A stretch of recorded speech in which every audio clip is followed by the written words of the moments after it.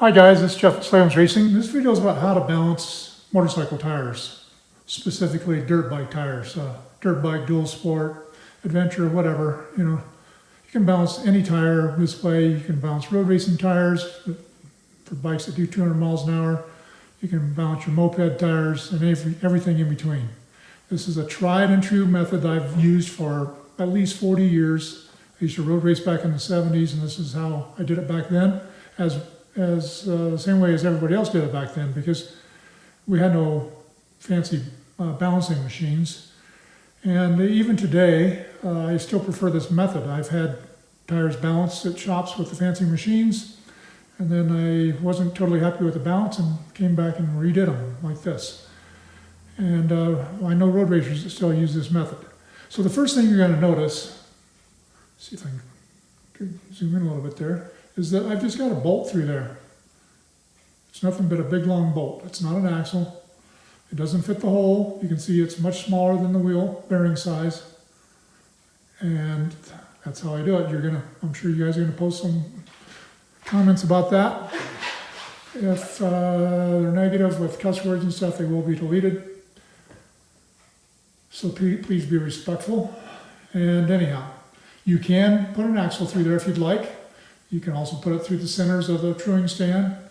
There's many different ways to do this. You don't have to have a truing stand. You can mount that bolt in a vise, do it that way. You can actually do it on the bike. You can just remove the brake caliper from the bike so you don't have that drag on the disc, and do it that way. But this is the fastest way, and it's the most precise way actually, because it's the wheel turns the freest. If the axle's in there, you got the drag of the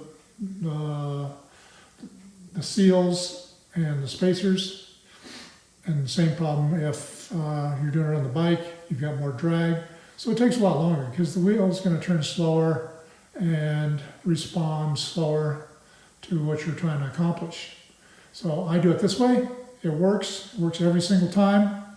I know guys at shops that do it this way. It definitely works. So all we're doing here is counterbalancing the gravity effect of that rim lock. Rim locks, I'll zoom in on that a little bit. Obviously the rim lock's going to be the heavy part of the wheel, and so we got to counterbalance that. And gravity doesn't lie. You can't trick gravity.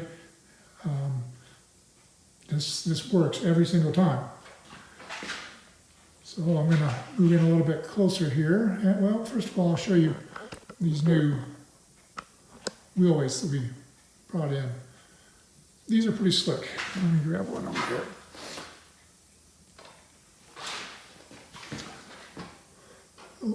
So this is what they look like up close. They got a slot on the side.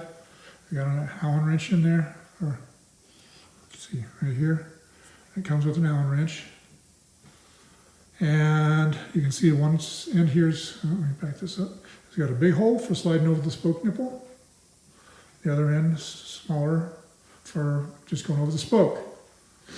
So, and you can also stack these, and I'll show you that here in just a minute.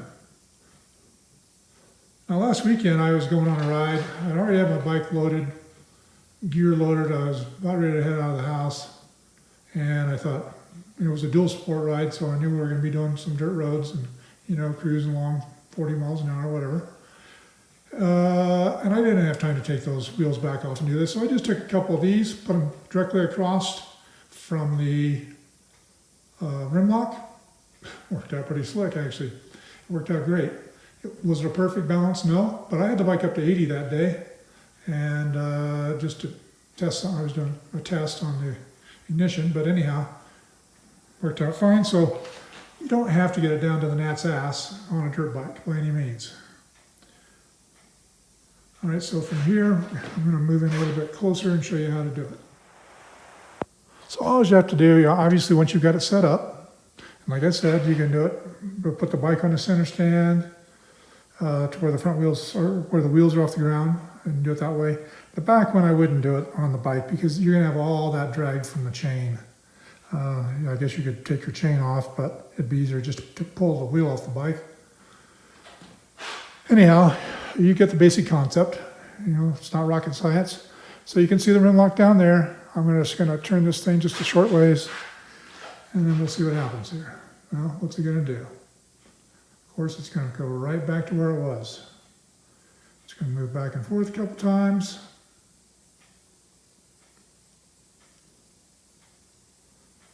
And bam, there you go. So I'm going to do it one more time, just to kind of double check it. And, you know, don't spin it. Just bring it part way up. If you spin it, you're just going to sit there and wait for it to stop spinning. So here it goes. It's coming right back. It's going to find the same place every time. Gravity doesn't lie. It's going to find the same place every single time. Unless you've got some restriction that's making it drag.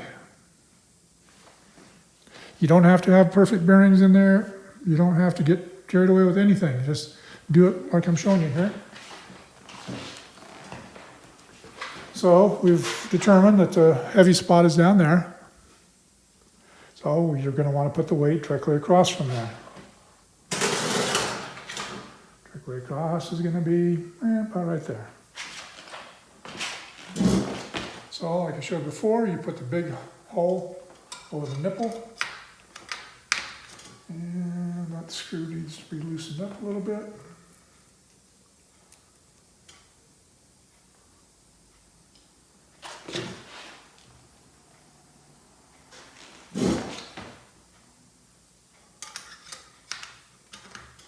So I'm not going to even fasten that down yet.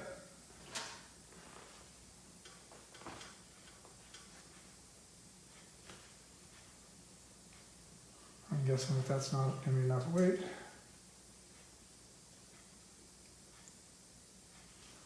And it's not. I'm going to try one of these. You know, there's no real formula to this. You just put on weights. You kind of make some guesses here until you get where you want it.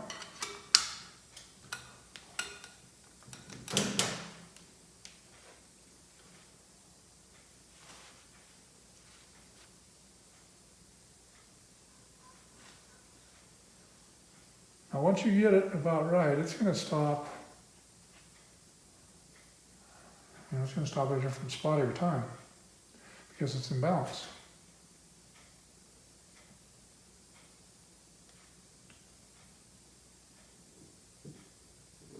This wheel has a moose in it, and it has a motion pro rim lock, and they're really lightweight. The stock rim locks are definitely heavier. There's other brands out there that are heavier, so you might have to use more weight with those. But you can see this wheel's balanced. It does not want to drop down to one place. You put this on your bike, you can run whatever speed you want. That's really all there is to it. So what I'll do next is I'll tap these down, get them down farther on the spoke nipple. Then I'll tighten the Allen. So if you want to really, if you have a wheel that's you want to get more precise, or maybe you just need to, one weight's not enough, and two big ones are too much. You know, you've got options here. You can take these and you can stack them on the spokes. You can stack them on here. And let me find one here. So like this. You just screw it right into the spoke.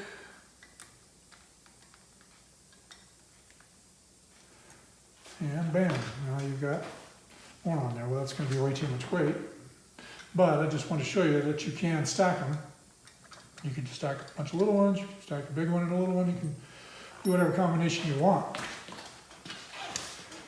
It's just that simple, guys. I don't think we need to spend much time going any further with this.